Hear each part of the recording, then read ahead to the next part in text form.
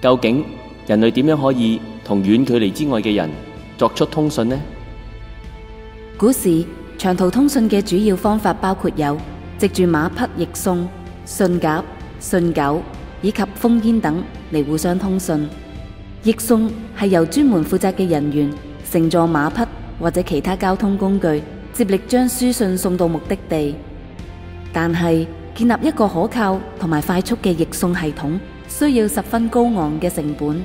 除咗要建立良好嘅道路網，並要配備合適嘅驛站設施，所以喺交通不便嘅地區係唔可行㗎。另一種通訊方法，信鴿，佢嘅通訊可靠性甚低，而且會受天氣同埋路徑所限，甚至信鴿更加會喺傳送途中發生意外，例如遭人類、陷阱或者其他空中獵食者所襲擊，書信就會從此消失。另一類嘅通訊方法係使用烽煙、燈號或者擺臂式信號 semaphores 同埋旗語 flat semaphore。1684年，英國人羅伯特·庫克利用懸掛幾種明顯嘅符號嚟通訊。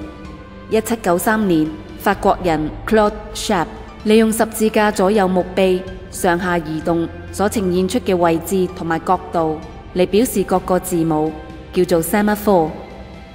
雙旗式嘅旗手，雙手會每邊拎住一面方旗，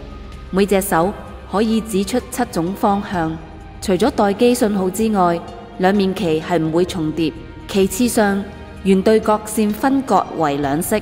喺陸地上使用嘅為紅色同埋白色，喺海上使用嘅為紅色同埋黃色。旗語可以打出字母同埋數字，但係透過一啲編碼規範嘅轉譯，例如中文電碼，就可以傳達更複雜嘅信息。但係呢種藉住肉眼可見嘅信號，以人同人接力嘅方法嚟傳信，同樣係成本高昂嘅方法，而且易受天氣、地形影響。所以喺未有高效率遠距離通訊發明之前，只有最重要嘅消息先至會被傳送，而且佢嘅速度對比今日係難以忍受嘅緩慢，快則需要1-2日，耐則需要幾個月嘅時間，先至可以作出每次單向性嘅資訊發佈。及至喺19世紀初，電報被發明，加快咗消息嘅流通。早喺1753年，一名英國人就提出使用靜電嚟拍發電報。佢嘅設計係將26條電線分別代表26個英文字母。當發電報嘅一方按文本嘅順序喺電線上加以靜電，接收嘅一方喺各電線接上嘅小紙條就會因靜電而升起，咁樣就能夠將文本謄錄。其後喺1837年，美國人薩繆爾·摩爾斯發明咗電報，並喺美國取得專利。摩爾斯仲發展出一套將字母同埋數字編碼以便拍發嘅方法，稱為摩斯電碼。早期嘅電報只能夠喺陸地上通訊，後來使用咗海底電纜，開展咗越洋服務。到咗20世紀初，開始使用無線電波嚟發電報。電報業務基本上已經能抵達地球上大部分地區。電報主要係用作傳遞文字信息，而使用電報技術用作傳送圖片，稱為傳真。喺1871年，英國人統治香港之後，就積極發展電報網路，成立大東電報局，為香港工商界提供對外聯絡服務。大東電報局就喺香港島西部嘅鋼線灣鋪設電報電纜，連接香港同埋外地。二戰後，香港經濟高速起飛，電報為香港嘅工商業發展帶嚟唔少貢獻。喺電報最為流行嘅時期，上至大企業、大銀行，下至一般貿易公司、製衣廠，都擁有最少一台電報發送機。隨住傳真機嘅普及，電報喺香港逐漸式微。2004年元旦當日，電訊盈科即停止香港境內電報業務。由於電報嘅溝通難以傳達較複雜嘅資訊，喺1980年代，喺遠距離通訊方面，電話公司更發展出長途電話服務。長途電話係指打出特定地區嘅電話嚟連接唔同國家嘅電話。由於技術涉及多國嘅電話公司，所以電話公司都會收取非常昂貴費用，而且通話需要按分鐘嚟計算收費。但係踏入20世紀末，資訊時代 （Information Age） 快速發展，資訊、聲音同埋影像都走進數碼化嘅時代，所有傳遞嘅資訊都以數碼化嘅電腦語言0同埋1呢兩種狀態嚟記載。加上喺資訊時代，無線網絡、寬頻網絡嘅加快發展，驅使網絡更靈活同埋快捷。電子郵件 （email） 嘅出現，個人電腦更被公眾普遍應用。數碼相機同網路攝影機逐漸推出同埋盛行，流動電話同埋智能電話嘅不斷創新發展。時至今日，經過資訊走入數碼化嘅時代，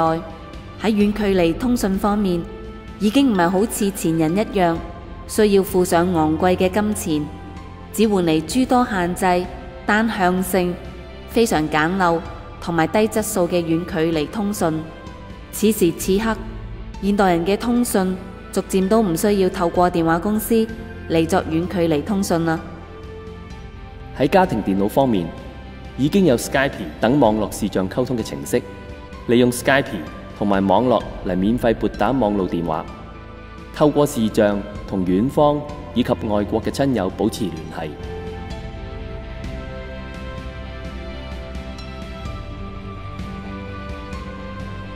至於 Skype， 亦設有智能電話、平板電腦同埋 iPad 等應用程式 Apps 版本。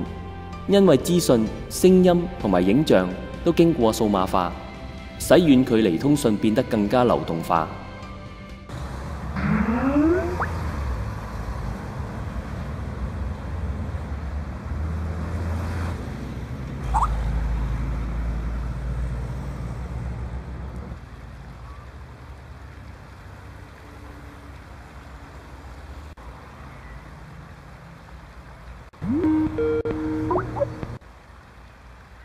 Are you wearing my shirt? You mean my shirt?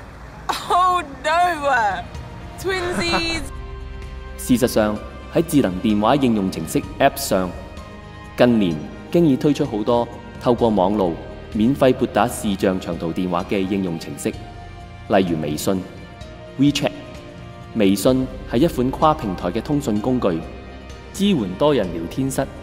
透過手機網絡傳送語音、相片、影片同埋文字，以及進行視像視訊通話。只要透過網絡就可以隨時視像通訊。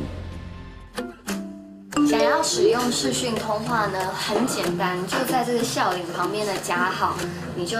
按下去，就會出現很多不同的功能，其中一個是視訊通話。再按出去之後，你就可以看到你想要看的人咯。其他應用程式又例如 Line 推出附有刪除好友、視訊通話以及共同編輯3大功能。Tango 同 Tango 用戶間互打視訊電話，甚至 Apple 系統上預設嘅視訊通話功能 FaceTime。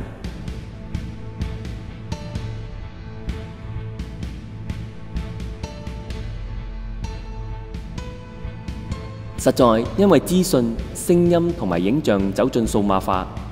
人透過呢啲智能電話嘅應用程式作遠距離通訊，當中過程已經唔需要經過傳統嘅電報公司或者係長途電話公司。今日嘅數碼科技可謂一日千里，藉住遠距離通訊經過數碼化，